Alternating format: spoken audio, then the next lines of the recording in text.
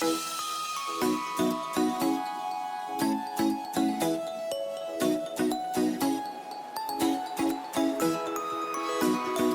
selamat pagi Pak Puji. Selamat pagi Ya, Pak Omar. bagaimana kabarnya hari ini? Alhamdulillah. Ya, terima kasih Pak Puji sudah bisa hadir dalam rangka proses sebuah observasi kelas, di mana observasi kelas itu ada 3 tahapan. Jadi tahapan yang pertama adalah pra-observasi seperti yang sedang kita akan lakukan. Kemudian ada observasinya sendiri, di mana nanti mohon izin saya ingin mengobservasi Bapak ketika di kelas, bagaimana proses mengajarnya. Kemudian nanti ada pasca observasi untuk membicarakan hal-hal dari pra-observasi dan observasi. Nah, begini Pak Puji. Nah, kira-kira kelas mana yang nanti akan kita observasi?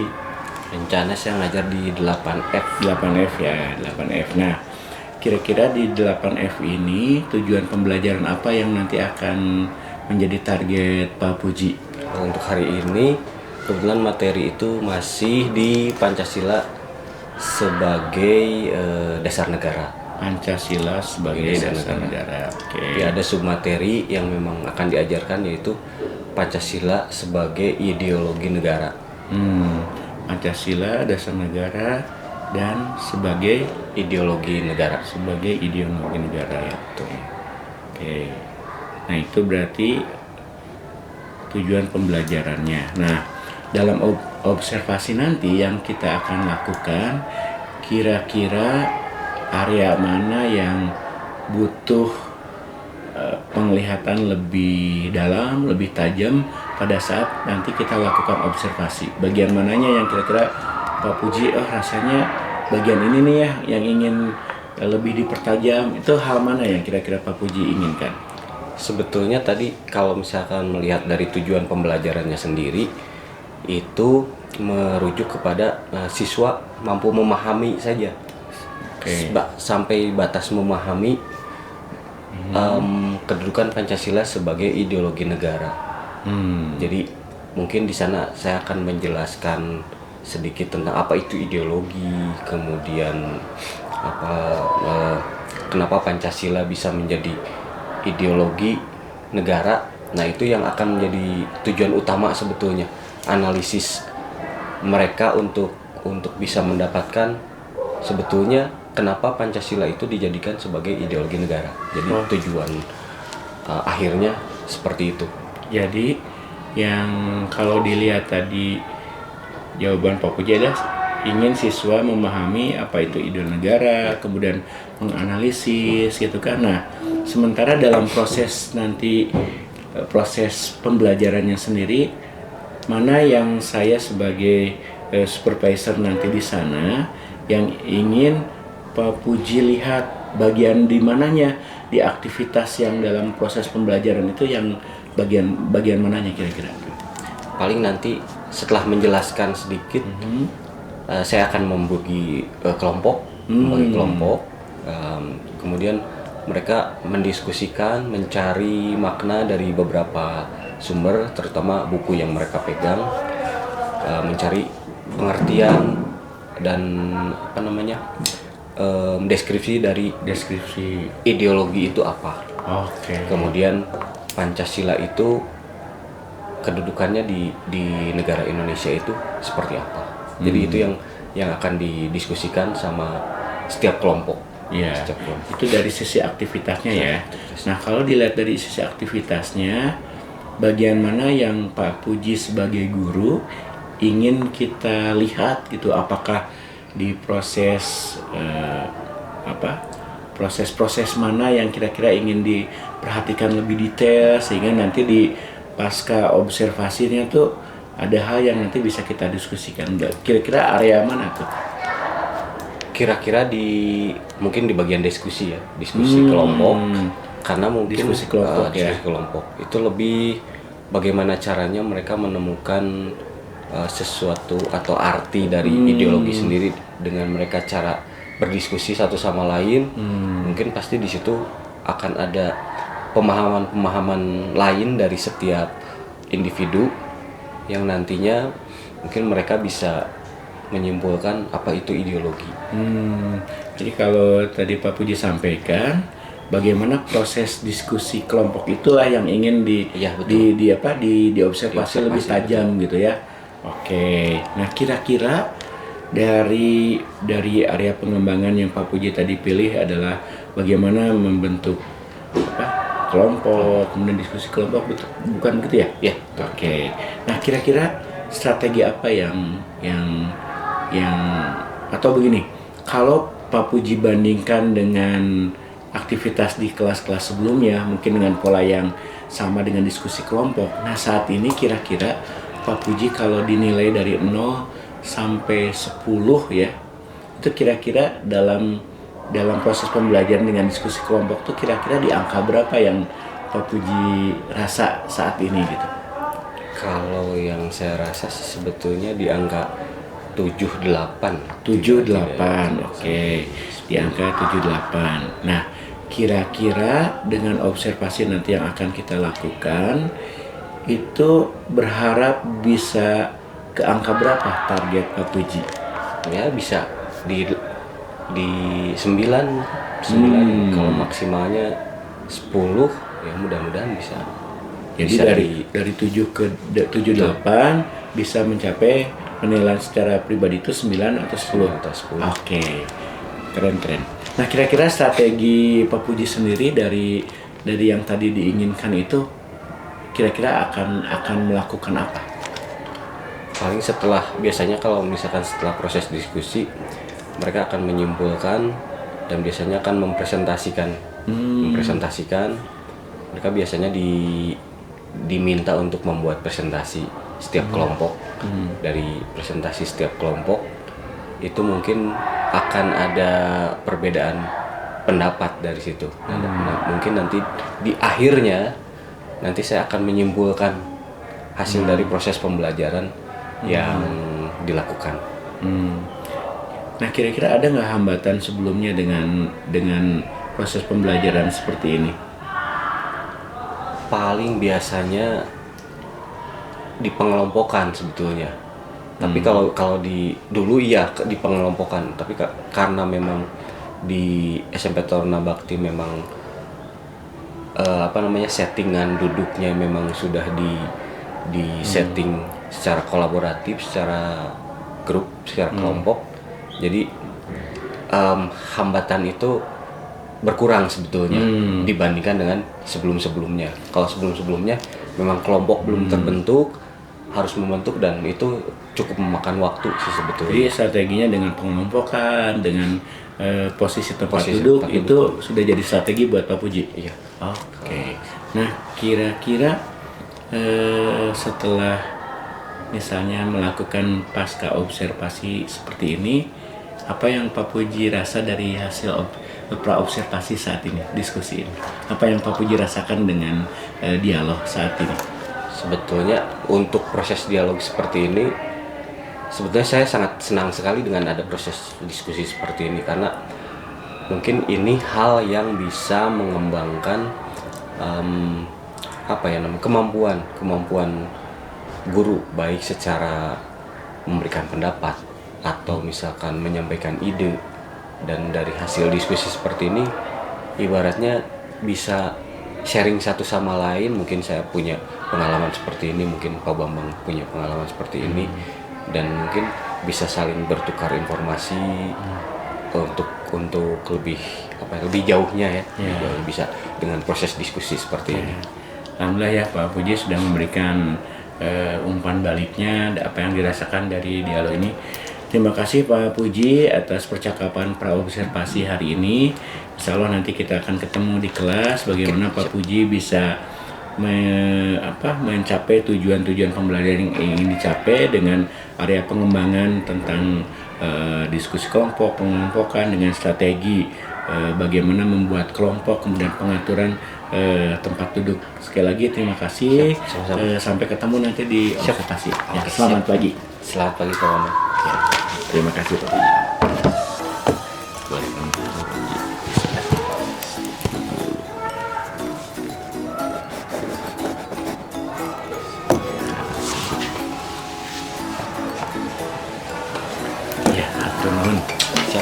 sami.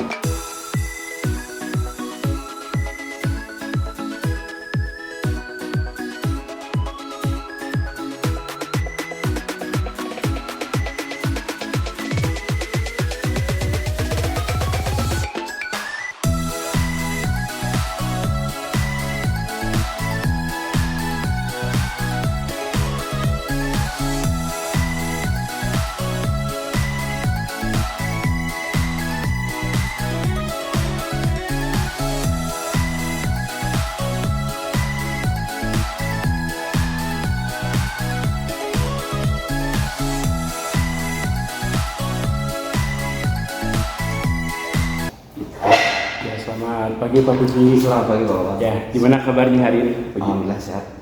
Ya Pak Puji.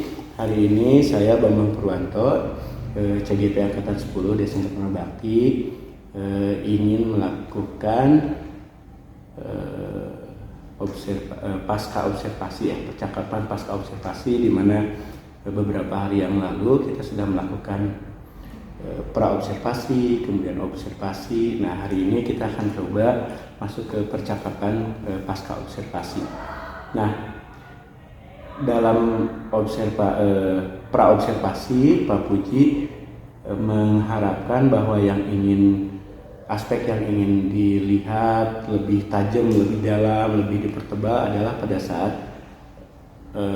pengelolaan kelompok pada saat diskusi. Nah, dalam pelaksanaan observasi tersebut, kira-kira apa yang dirasakan oleh Pak Puji ketika melaksanakan proses pembelajaran tersebut? Untuk proses pembelajaran tersebut, karena memang sudah dibagi kelompok, anak-anak itu terlihat lebih bisa memaksimalkan, bisa berdiskusi, kemudian kalau misalkan ada hal-hal yang memang perlu mereka tanyakan, biasanya langsung menanyakan, dan saya bimbing untuk bisa lebih memperjelas apa yang mereka maksud, sehingga mereka bisa menjelaskan ke rekan-rekannya untuk bisa melanjutkan diskusi tersebut, untuk bisa memahami materi yang sedang dipelajari. Kira-kira dari tahapan itu ada nggak kendala-kendala yang Pak Puji alami? Kendala paling ketika proses diskusinya itu paling ada beberapa mungkin anak yang memang kurang aktif atau misalkan kurang antusias. Biasanya saya memberikan opsi atau pilihan, biasanya menanyakan kamu bagian apa, misalkan ditugaskan seperti apa di kelompoknya, dan biasanya menjelaskan atau membantu untuk bisa melakukan tugasnya sesuai yang diinginkan kelompoknya, misalkan menjelaskan definisinya seperti apa dan lain sebagainya. Biasanya saya arahkan mana bukunya dan lain sebagainya, coba biasanya saya bantu buka bukunya bareng-bareng, kita cari bareng-bareng dan disuruh membaca dan lain sebagainya. Biasanya seperti itu sih yang saya lakukan. Jadi kendala yang Pak Puji hadapi itu otomatis sudah tercover bagaimana cara menanganinya, gitu ya. Oke, ya. Saya kemarin melihat ketika Pak Puji menghampiri beberapa siswa, kemudian siswa terlihat intens seolah-olah meminta masukan dari Pak Puji ya. Ada beberapa siswa yang saya ambil gambarnya itu menunjukkan bahwa Pak Puji sudah melakukan hal yang sangat baik gitu ya.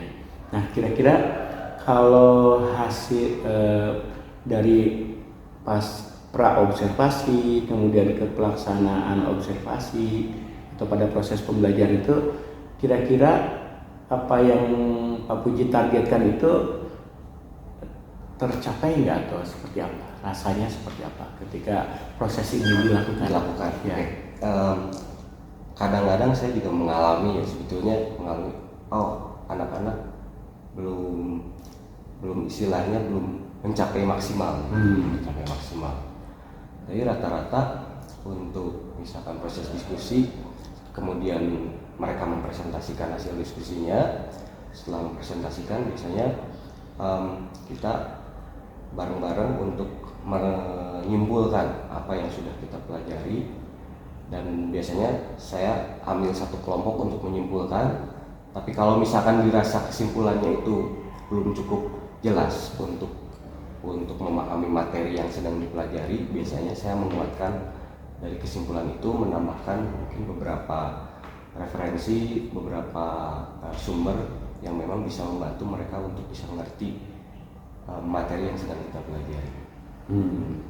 Ya, oke. Jadi kalau misalnya Pak Puji waktu itu di praobservasi mengatakan misalnya poinnya baru di 7 sampai 8 dengan harapan ingin ke 9 dan 10, kira-kira di posisi kemarin pada saat pelaksanaan itu bagaimana penilaian pribadi Pak Puji tentang pelaksanaan proses pembelajaran di 8F itu?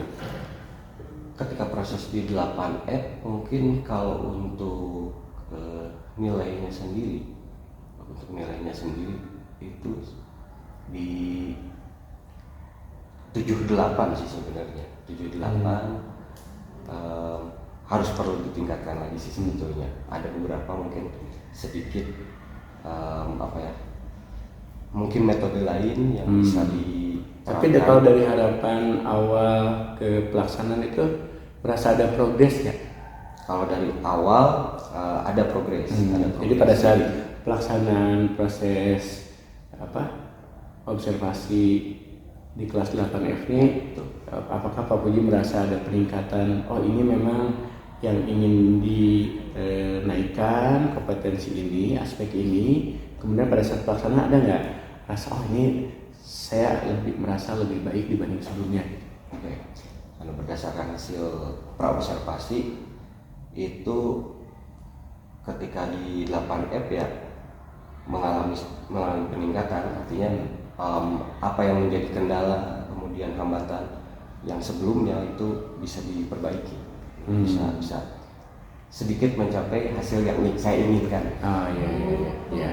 Ini sebagai catatan refleksi saja. Saya sebagai observer di sana, supervisor di sana melihat Pak Puji sangat menguasai proses pembelajaran dari awal hingga akhir. Itu luar biasa juga dengan memanfaatkan teknologi gitu kan, ada TV di sana gitu kan, kemudian di awal menjelaskan melalui media, kemudian murid murid melakukan diskusi, kemudian Pak Puji sudah melakukan pendekatan secara emosional gitu ya, melayani dengan sangat baik, dan itu hal yang positif yang ada di Pak Puji untuk bisa terus dikembangkan. Jadi secara umum Pak Puji menurut saya sudah mampu melaksanakan proses pembelajaran yang sangat baik. Itu sebagai catatan refleksi catatan saya. Nah, kira-kira dari proses ini ada nggak rencana tindak lanjut dari Pak Puji sendiri? Rencana tindak lanjut sendiri kalau sebetulnya lebih ke memperbaiki apa yang sudah saya lakukan dengan mungkin beberapa metode yang lain, tidak harus misalkan dengan proses diskusi dan lain sebagainya. Mungkin ada beberapa contoh, mungkin bisa dalam bentuk games atau memang anak-anak sendiri memang misalkan bisa dilakukan menyuruh membuat project dan lain sebagainya. Itu juga project bisa karena di PKN bisa jadi dengan materi Pancasila sebagai dasar negara atau ideologi negara, itu mereka bisa membuat sebuah film pendek. Kalau misalkan nanti dijadikan project, minimal mereka membuat film pendek mengenai tentang pengamalan nilai-nilai Pancasila, dari mulai nilai yang ada di sila pertama sampai sila kelima. Karena untuk saat ini melihat dari perkembangan zaman, sedikit pergeseran, ada degradasi dari pengamalan nilai-nilai Pancasila. Jadi saya mempunyai tujuan, keinginan yang besar untuk bisa minimal anak-anak yang saya ajar itu bisa tahu ternyata ada, karena memang ada anak-anak yang ada ya nilai dari setiap sila gitu. Dan saya buka ada 45 nilai-nilai butir-butir Pancasila, dan banyak dari anak-anak yang memang oh ada ya Pak. Nah seharusnya ini yang harus kalian pelajari, itu yang saya tekankan, yang harus kalian lakukan di dalam kehidupan sehari-hari, karena ini memang Pancasila ini merupakan pedoman. Artinya kalau kalian mau jadi warga negara Indonesia yang baik, pastinya lakukan hal ini aja, yang 45 butir Pancasila. Kurang lebih itu yang saya tekankan sebetulnya. Luar biasa Pak Puji dengan rencana tindak lanjutnya, membuat game, kemudian project, film pendek, kemudian bagaimana menanamkan atau mengeksplor nilai-nilai dari Pancasila yang sebanyak 45. Nah, oke, selanjutnya Pak Puji, kira-kira untuk pengembangan diri. Ya, kita lanjutkan Pak Puji ya. Tadi Pak Puji sudah sangat baik, punya rencana tindak lanjut yang luar biasa, membuat game, kemudian ada beberapa project, kemudian film pendek, bagaimana mengeksplor nilai-nilai dari Pancasila yang sebanyak 45. Nah, selanjutnya untuk pengembangan diri Pak Puji, kira-kira apa yang akan dimanfaatkan oleh Pak Puji sebagai pengembangan diri Pak Puji? Biasanya saya berdiskusi dengan MGMP. Saya tentang bagaimana manajemen kelas. Manajemen kelas. Kemudian karena kan macam-macam tuh. Betul. Karakter kelas itu karena dibutuhkan bagaimana cara menghadapi kelas seperti ini. Dengan tujuan ketika masuk ke kelas itu saya sudah punya sesuatu. Kalau kelasnya seperti ini, yang saya harus lakukan adalah tahapannya ini gitu, berdasarkan hasil diskusi. Kemudian metode pembelajaran atau misalkan pembuatan modul dan lain sebagainya, itu juga bisa berdiskusi dengan tim MGMP. Kemudian untuk hal yang lainnya mungkin saya bisa biasanya melihat mungkin di YouTube untuk bagaimana caranya, atau misalkan di reel Instagram. Biasanya saya di reel Instagram bisa lihat bagaimana metode-metode belajar, bagaimana cara, lebih ke memang tujuannya manajemen kelas, karena memang secara umum ada keterbatasan ketika saya memanajemen pengelolaan kelas sebetulnya. Makanya ketika dengan diskusi dengan MGMP, yang saya tekankan biasanya bagaimana cara mengelola kelas dengan berbagai karakter. Kira-kira butuh waktu berapa lama kira-kira Pak Puji untuk target ingin menguatkan bagaimana manajemen kelas melalui MGMP? Kira-kira berapa lama Pak Puji ingin mempelajari kira-kira? Dari sisi waktu. Biasanya kalau misalkan bisa seminggu 2 minggu itu ya paling lama mungkin 1 bulan, karena mungkin ketika proses diskusi saya pahami dulu beberapa karakter kelasnya. Kemudian saya mungkin analisis beberapa sumber, bisa dari internet atau dari tayangan YouTube dan lain sebagainya, dengan apa yang saya alami, bagaimana cara manajemen kelas. Oke. Selain MGMP ada nggak kira-kira pemanfaatan teknologi mungkin? Pemanfaatan teknologi itu targetnya sendiri apa Pak, dari pemanfaatan teknologi yang Pak Puji harapkan? Biasanya lebih ke media pembelajaran yang saya buat supaya anak-anak itu lebih mudah memahami materi. Lebih mudah memahami. Kira-kira kalau pemanfaatan teknologi ini kan, kalau tadi manajemen kelas melalui MGMP dia butuh waktu 1 bulan. Kalau untuk pemanfaatan teknologi ini Pak Puji rencanakan berapa lama kira-kira? Biasanya kalau misalkan saya sudah paham 1 minggu, mungkin minggu berikutnya sudah bisa. Kalau bisa dari proses belajarnya kemudian membuatnya juga butuh waktu berapa lama? Kalau untuk satu materi misalkan saya ambil sumbernya tetap dari buku paket yang memang dikhususkan di sekolah. Biasanya saya buat materi itu semacam rangkuman untuk anak-anak, dibuat PowerPoint. Biasanya saya menggunakan Canva. Dan bisa 1 hari atau 2 hari untuk satu sub materi. Untuk satu sub materi. Jadi mulai dari pelajari materinya dulu, kira-kira butuh berapa lama untuk mempelajari materinya? Untuk satu materi mungkin kalau singkatnya bisa 5-10 kali baca materi itu, kemudian saya ambil poin-poin pentingnya. Kalau waktunya memang luang tuh dalam waktu beberapa hari itu penguasaan materi sudah bisa Pak Puji lakukan? Bisa. Jadi kisaran kalau ditotal dengan membuat media pembelajaran sendiri kira-kira butuh waktu berapa lama?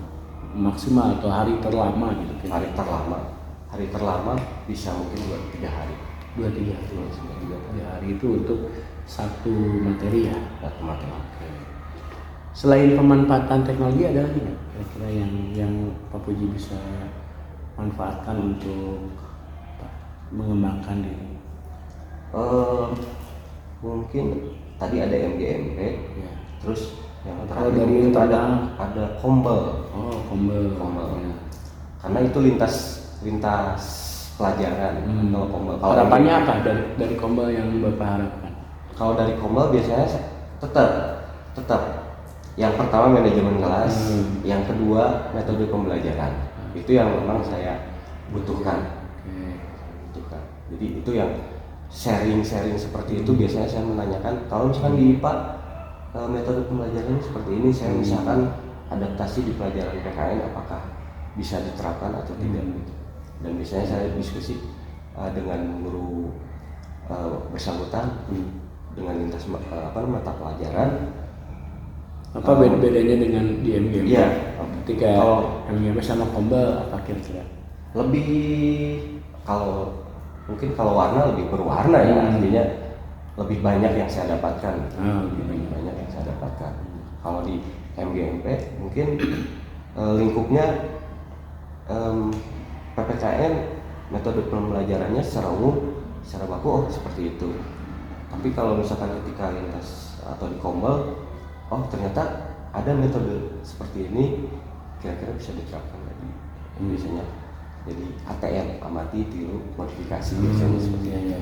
Itu kalau yang di Kombel sini butuh waktu kira-kira durasi berapa lama untuk proses kegiatan di Kombel untuk Pak Puji, untuk mengambil manfaat dari Kombel yang ingin Pak Puji harapkan?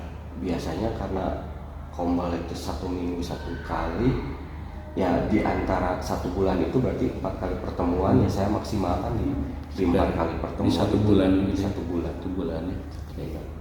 Luar biasa nih Pak Puji, guru pendidikan Pancasila dari SMA Tanah Bakti, mulai dari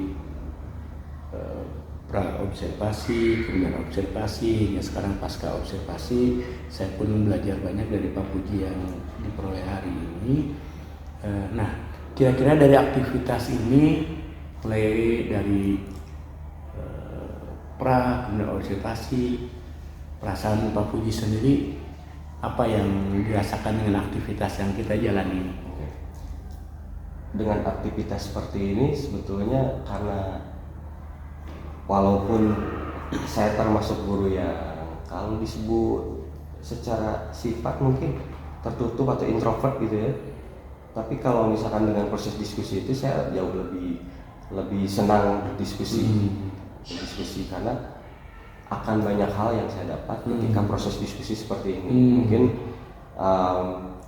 setelah praobservasi ini atau misalkan setelah kegiatan ini mungkin ada berkelanjutan, misalkan keren. dengan Pak Bambang misalkan untuk metode saya akan tanya lebih jauh, lebih banyak di luar diskusi ini. Luar biasa ya, mudah-mudahan kita bisa mengagendakan untuk keberkelanjutan sesi ini, tidak hanya praktik seperti ini saja, tapi praktik baik ini bisa dilakukan secara kontinu.